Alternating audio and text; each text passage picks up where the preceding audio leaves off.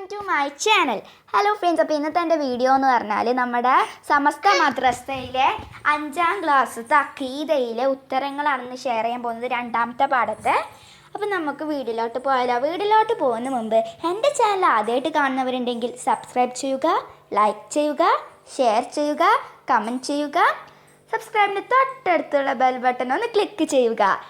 എന്നാൽ മാത്രമേ നിങ്ങൾക്ക് എൻ്റെ പുതിയ വീഡിയോ കാണാനും പറ്റുള്ളൂ. നോട്ടിഫിക്കേഷൻ നിങ്ങൾക്ക് പെട്ടെന്ന് കിട്ടുന്നതായിരിക്കും.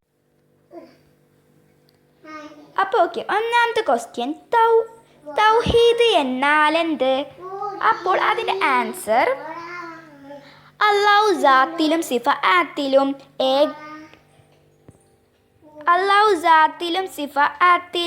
ഏകനാണ്. ഈ വിശ്വാസത്തിന് തൗഹീദ് എന്ന് പറയുന്നു.